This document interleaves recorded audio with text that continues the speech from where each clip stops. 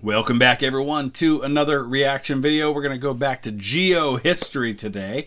If you haven't seen my reactions to some of their other content, I'll put links in the description. I'll also throw the playlist of those reactions up at the end of this video. As always, the link is in the description to the original content if you want to check them out without my commentary. Great channel, very unique way of looking at history by using maps to show what's happening from kind of a satellite view, which is really cool, and it's a fun, unique way for us to dive into a topic we haven't really discussed, which is the decolonization of America. Of course, we know, those of us who grew up in the United States, we are very familiar with this part of history because this is where our history kind of begins in a lot of ways. And it's very unique and helped shape the world that we have today in the Western Hemisphere. So let's go ahead and dive in. We begin in 1763. Almost the entire American continent is dominated by the European colonial powers. So 1763, why is this an important time? Because this is right at the end of what was known in Europe as the 7 Years' War, what we call here in North America the French and Indian War, because that was kind of our part of it.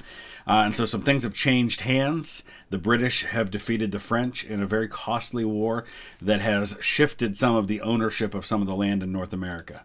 Spain has a very large territory. In the south, the Portuguese control Brazil. On the Central American islands, mainly France and Great Britain, develop huge sugarcane and coffee plantations by importing slaves from Africa. Finally, the North is largely under the control of Great Britain after its victory in the 7 Years' War.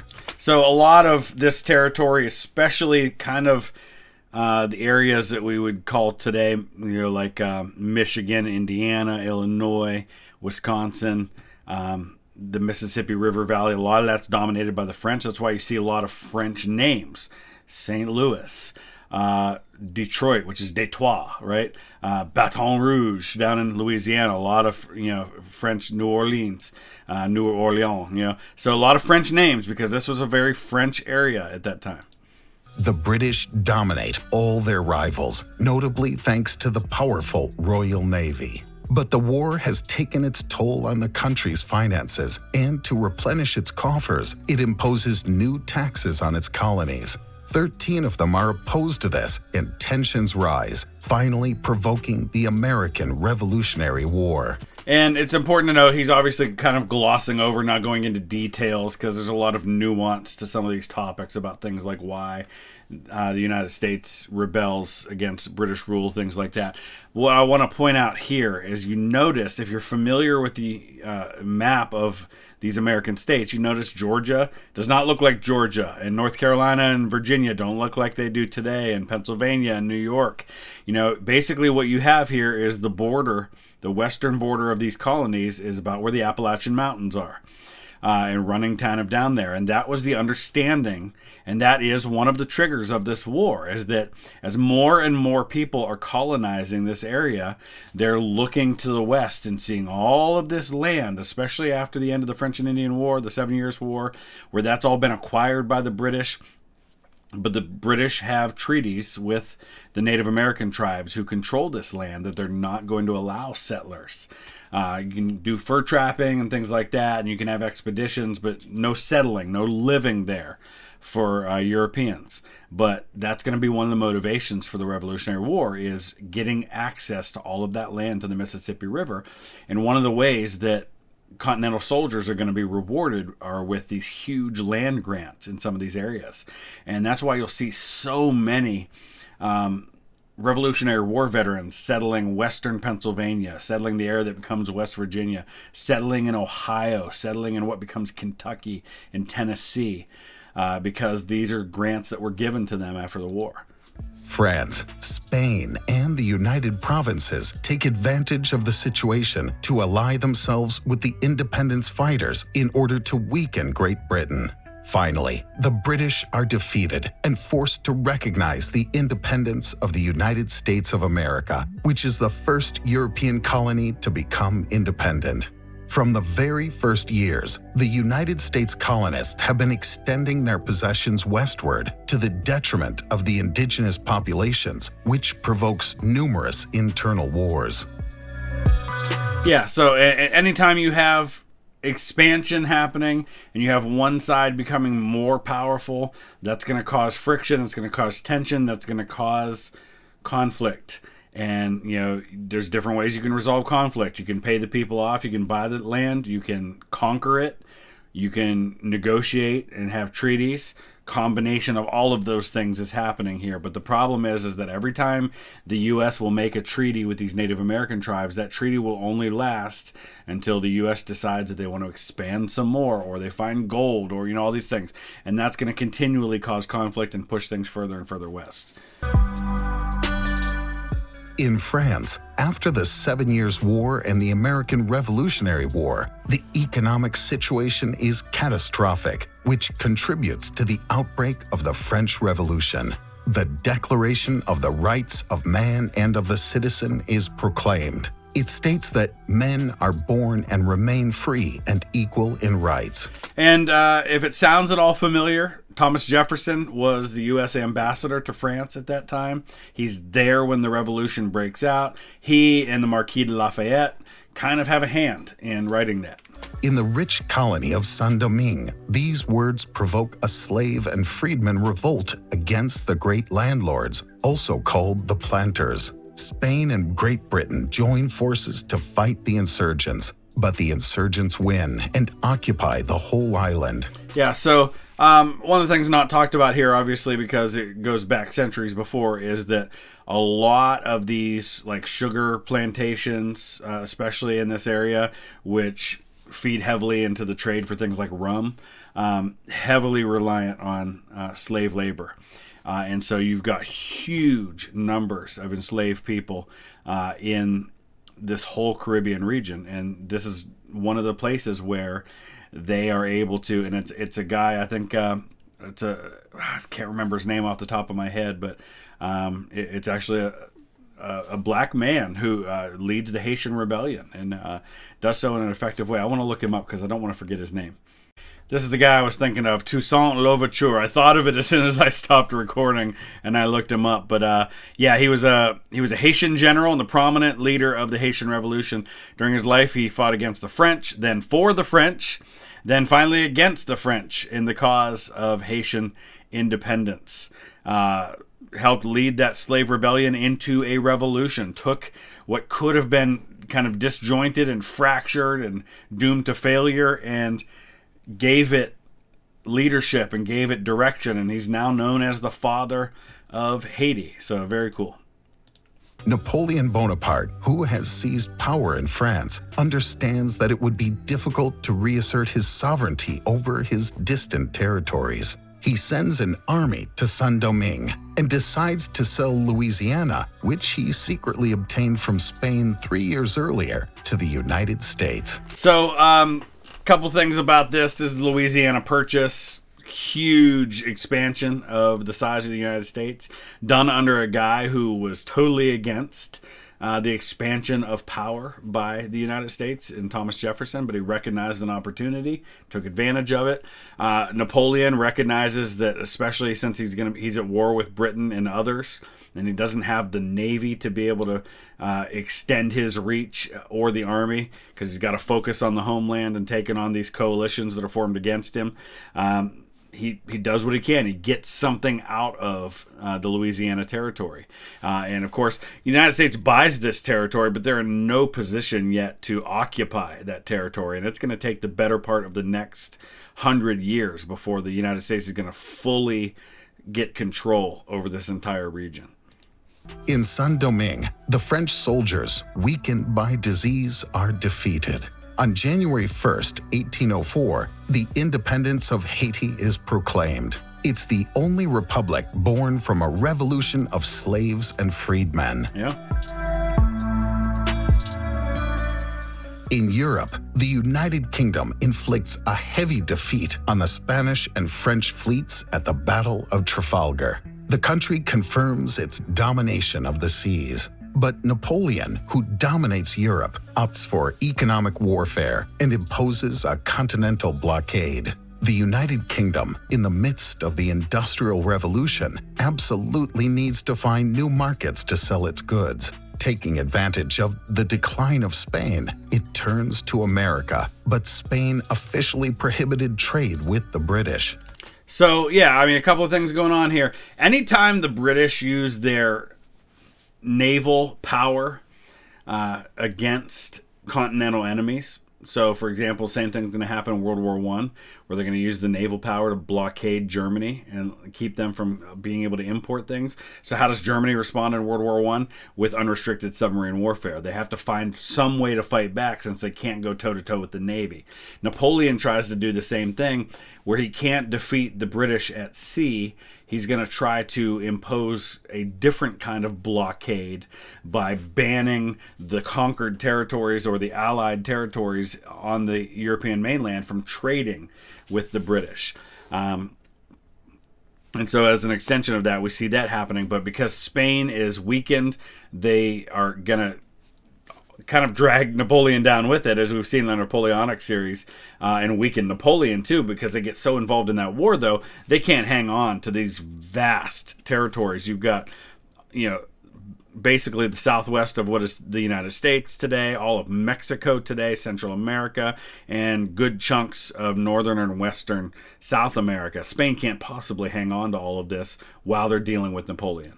The United Kingdom attempts 2 military incursions into the viceroyalty of the Rio de la Plata, but is repelled by the Creoles, the descendants of Spanish settlers born in America. In Spain, King Charles IV and his son Ferdinand VII are quarreling over the throne. Napoleon takes advantage of this and places his brother Joseph at the head of the country. This is not accepted in the Spanish colonies, where juntas, which means local governments favorable to King Ferdinand VII, are organized. Conflicts appear everywhere. In New Spain, the priest Miguel Hidalgo calls on the people to rise up.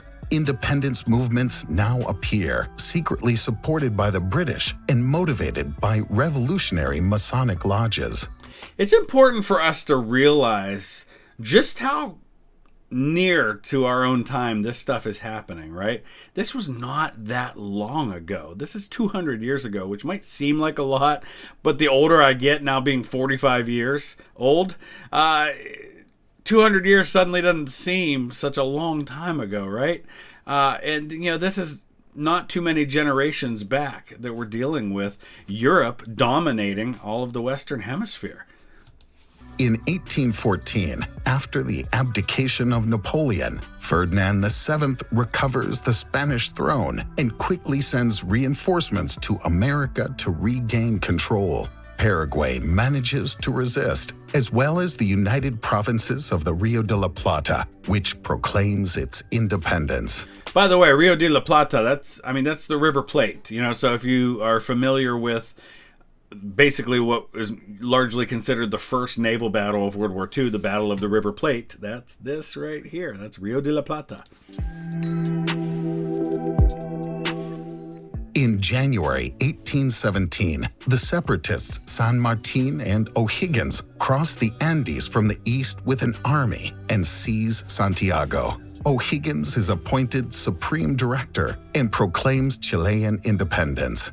In the north... Can we just take a minute and appreciate the fact that a rebellion in South America is led by a dude named O'Higgins? That's just classic.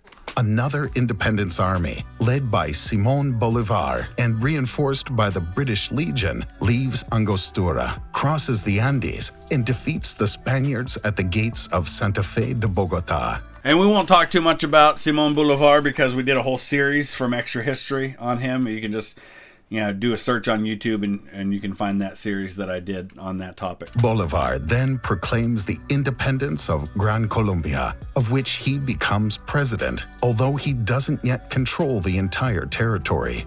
In reaction, Ferdinand VII raises a new army, but the latter revolts and refuses to leave Cadiz. Taking advantage of the situation, San Martin lands in Peru, seizes Lima, and proclaims the country's independence, although the Amazonian territory is still controlled by the royalists. In New Spain, after 11 years of war, the independents win and proclaim the Mexican Empire. And of course, you can see here, remember that the United States has got a 50-year head start on most of these other powers in having independence. And they're having a lot of immigration happening here. They're having westward expansion. They're growing as a military power. So there's inevitable conflict that's going to happen here. We were just talking about this. As growth happens, as expansion happens, conflict inevitably erupts when you run into somebody else doing the same thing. And there's certainly an alternate timeline to be had here somewhere where Mexico becomes the dominant power in North America. Some things go differently early on. Mexico gets its independence a little sooner than the United States does. Different story happening here. In the south, Quito is liberated by the independence armies. Bolivar and San Martin then meet in Guayaquil. Nobody knows what they say to each other, but San Martin gives up part of his army to Bolivar and then discreetly withdraws. In Brazil, the Portuguese royal family and its court have been installed in Rio de Janeiro since the invasion of Portugal by Napoleon. And so, and remember, this is another thing we've talked about in the past. You have that line that was drawn so long ago that basically allowed for Spain to have everything west of the line, Portugal to get stuff east of the line. That's why Brazil becomes Portuguese speaking and dominated by Portugal, and that's why most of the rest of South America speaks Spanish. Despite the liberation of the country in 1811, the royal family decided to stay in Brazil. However, the difficult political situation in Portugal forces King John VI to return to the country in a hurry. But his heir, son Peter, who remained in Brazil, now enters into conflict with the Portuguese government and proclaims the independence of Brazil, of which he becomes emperor. In Central America, Mexico struggles to consolidate. The South secedes, and the United Provinces of Central America is proclaimed. Throughout the continent, instability is great, which worries the United States. President James Monroe then declares to the Europeans that the United States would no longer accept new attempts at colonization on the American continent. And this is a pretty bold thing for the United States to do, to basically say, we'll stay out of your affairs, you stay out of ours. And the U.S. abides by this for the most part until the turn of the century, when they start getting involved in the Pacific, and then, of course, in World War I. But this is the United States very boldly asserting dominance at a time when it really is not in a position to be that dominant. This is just a decade after the War of 1812. Didn't go particularly well for the United States.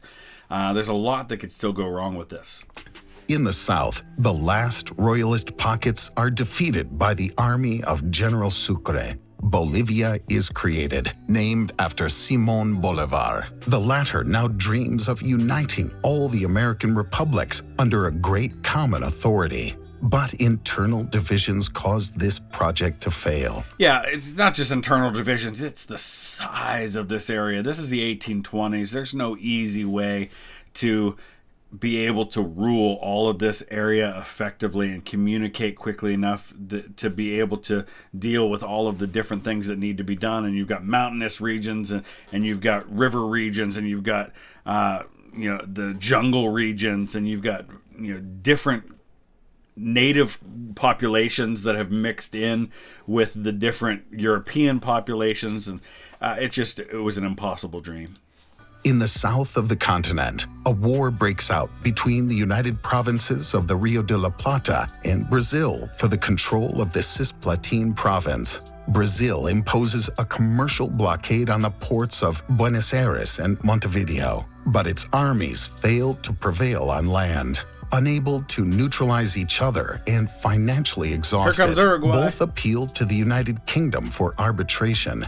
The British, during the peace treaty, obtained the creation of Uruguay as a buffer state. The United Kingdom, by becoming the guarantor of stability in the region, protects its commercial interests. So, first of all, kind of a violation of the Monroe Doctrine, but the U.S. is in no position to do anything about that. But I guess you could say that Uruguay is the Belgium of South America. I mean, kind of created out of thin air to be a buffer zone in an area where there's conflict. Kind of interesting.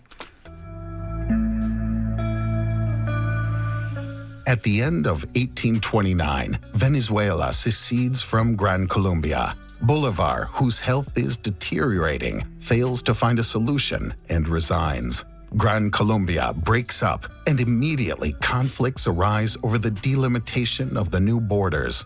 This happens sometimes when you have a powerful central figure who unites people, that they're not able to survive past that person's lifetime, or not very long after, maybe within a generation or two or three. We see that with Genghis Khan. We see that with Charlemagne within a couple of generations. Sometimes the movement just doesn't outlast the figurehead.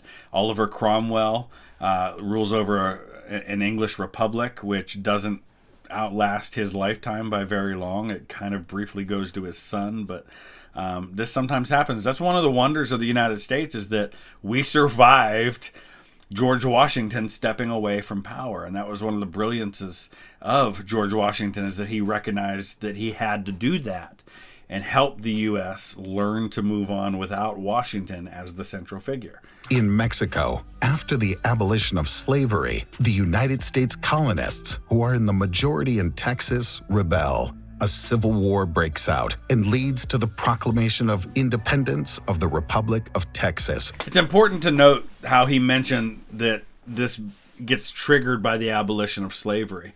I'm not suggesting I wish Mexico would not have abolished slavery, because I'm glad they did, and it was the right thing to do, and it was way ahead of when many of these other nations did that. But it is the trigger, and you have to wonder what goes differently if Mexico doesn't abolish slavery. Is there enough for Texas to rebel? And if Texas doesn't rebel and then get annexed by the United States a decade later, you might not see any of the rest of this territory end up with the United States. And so again, you have slavery not only dominating politics in the United States, but it's dominating a couple of decades of U.S.-Mexican relations as well. It might be an interesting topic for an alternate history video by one of those channels that does alternate history. Maybe I'll even explore it myself. What happens if Mexico doesn't abolish slavery when it does? Interesting. And I just skipped ahead somewhere. Texas, recognized by the United States. In the United Provinces of Central America, unity is also undermined, and the 5 states that make it up declare independence. Finally, in Haiti, the Dominican Republic, which has been occupied since 1822, also obtains its independence. And I'm sure we won't get this far because it's really not a topic for discussion for this, I guess. But during Ulysses S. Grant's administration, in the aftermath of the American Civil War, there was a very concerted effort for the United States to annex the Dominican Republic. And Grant wanted to do it, and he had an agreement from the people in the Dominican Republic to make it happen. They just couldn't get the U.S. Senate to ratify it, which was needed for this to happen. But it came very close to happening. In 1845, the United States, which wants to expand westward, annexes Texas. But a border disagreement with Mexico provokes a war. At the same time, the British and the United States agree on sharing the Oregon country that was joint-controlled. In 1848, after the victory of the United States, Mexico is forced to recognize the annexation of Texas and gives up a huge territory. And conveniently enough, it's right about this time that they're going to find gold in California. The reason the San Francisco 49ers are called the 49ers is because of 1849. In California, the discovery of gold causes a rush that attracts people from all over the world, including Asia. In the far north of the continent, the Russian Empire, in fear of losing Alaska to their rival, the British, chooses to sell its territory to the United States. Yeah, we're going to keep it from you by selling it to someone else. In the same year, the United Kingdom authorizes the union of 3 provinces in the north to ensure their protection from the United States, which seems to want to expand. They form the Dominion of Canada, which gains more autonomy and will, over the next years, integrate the neighboring British colonies. Due to border disputes, Paraguay has been at war for 2 years with the Triple Alliance of Brazil, Argentina, and Uruguay. In 1870, Paraguay is occupied, whereupon a large part of its territory is amputated, leaving a deeply devastated country. Never heard it described that way before. That's kind of an interesting way to say they had their territory amputated. I like that. Further west, tensions also rise between Chile and Bolivia over a territory rich in mineral deposits. But if you're Bolivia, you see why this matters, right? Forget the mineral deposits. This is access to the Pacific Ocean. This is vital for any country who wants to trade at this time. And a lot of times you'll see really strange borders in places all over the world, and that's because they want to get that access to the sea. When Bolivia increases taxes on Chilean companies present in the region, Chile decides to occupy the port of Antofagasta to control exports. War breaks out involving Peru, which is allied with Bolivia. Chile quickly wins and extends its territory to the north, cutting off Bolivia's access to the ocean. At the same time, in the south, the Mapuches, who had resisted the Incan and Spanish invasions, are now invaded by Argentina and Chile, who want to have access to both oceans. Hey, let's not forget we got a little bit of red down here, the UK. Hey, the Falklands, right? The local populations are violently crushed. So now we're starting to see the borders look like they do today. In Cuba, a new independence revolt provokes a war against Spain. The United States, which now wants to implement an international policy, sees an opportunity to extend its influence. They intervene militarily against Spain and win. The independence of Cuba is confirmed, and the last Spanish colonies in America and the Pacific come under U.S. control. Yeah, so Spanish-American War, very famously, one of the triggers for that is the explosion of the USS Maine in Havana Harbor. Gets blamed by journalists in the United States on mines, Spanish mines. This almost certainly was not the case, but any good excuse to get what you want, right? In Colombia, a French company begins the construction of a canal that will link the two oceans. This interests the United States because it will considerably shorten the maritime route between its two coasts. The country buys the project, but the Colombian Congress opposes it. Well, what do we do in this case, right? If the country that controls this territory won't allow us to move forward with the project, man, we need a new country to deal with, don't we? The United States sends warships while separatists proclaim Boom! the Panama is independence of independent. Panama. In a few Convenient. days, the United States recognizes the new country. Of course we do. In exchange, it obtains a strip of land in perpetuity for the construction and operation of the Panama Canal. But the Panamanians quickly contest this treaty. During World War I, the European colonies are heavily involved. This is particularly true of Canada, which carries out a major war effort on behalf of the United Kingdom. At the end of the war, Canada asks for greater autonomy.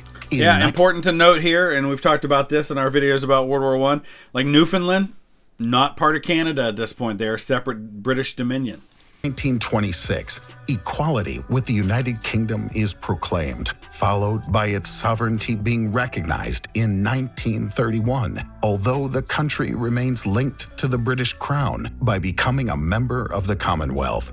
In the south of the continent, conflicts persist over the delimitation of borders. In 1932, Bolivia and Paraguay go to war over control of the Chaco, a region where oil has just been discovered and which offers access to the Atlantic Ocean via the Paraguay River. I'll be honest, in the U.S., we don't learn a lot about these wars that are going on. I mean, pretty much constant border wars going on from the foundation of these nations and up until the, World War II almost. Paraguay wins and takes 75% of the territory. Peru and Ecuador also dispute their border. A new war breaks out in 1941 and turns to the advantage of Peru, which takes over a large part of the territory located in the Amazon. At the end of World War II, the United Kingdom and France are weakened while the first colonies claim their independence. In 1946, several French colonies in America become French departments. The United Kingdom finally grants independence to the colonies that request it, only if the new governments are not communist, as the world is now in the midst of the Cold War. Yep. The new states are offered the option of joining the Commonwealth. In 1962, Jamaica and the Republic of Trinidad and Tobago are the first to declare independence. Most of the British colonies, as well as Suriname, become independent in turn. However, some islands remain under British control. This is the case for the Falklands, called the Malvinas in Argentina, which are a gateway to the Antarctic continent. The islands are claimed by Argentina, which attempts a military invasion in 1982. War breaks out. The United Kingdom repels the offensive and wins. Today, France, the United Kingdom, and the Netherlands still control some American territories, mainly in the Caribbean. According to the United Nations, some British and U.S. territories are still non-self-governing. In Puerto Rico, the inhabitants enjoy U.S. citizenship, but don't have the right to vote in presidential elections. Puerto Rico they're U.S. citizens. They don't have statehood. Very, very unlikely to happen, unfortunately, because with the current political climate, admitting a new state to the Union, whether it's Puerto Rico, the District of Columbia, or forming a new state out of one of the other existing states, it's not going to happen because those states would very likely have very specific political party affiliation when it comes to their two new senators, which can upset the balance of power in the U.S. Senate. Just like what happened in the pre-Civil War days, right? When the balance of power between free state and slave state was everything. That balance of power between Republican and Democrat is so close right now that admitting any state that would heavily favor one or the other is going to be strongly opposed by the opposite side. So it's unlikely to happen, I think. Panama regains full sovereignty over its canal on December 31st, 1999. I remember Throughout that. the continent, disputes persist over the exact delimitation of land borders, while some indigenous communities also clamor to assert their rights. If the subject is still very sensitive for European countries, the Catholic Church has presented, on several occasions since 1992, its official apology for the abuses perpetrated during the evangelization and colonization of America. And now, for the first time, we have the Catholic Church has a pope from the Western Hemisphere, an Argentinian, Pope Francis. Today, after many waves of immigration, America is probably the continent with the greatest ethnic diversity. All right, interesting. Oh, they got a history of football one. We'll have to get into that at some point. All right, so I'll throw up some links in the description, but also up on the screen, some more things you can check out if you want to. Make sure you check out Geo History, great channel, really cool stuff as you can see there. Thanks for watching.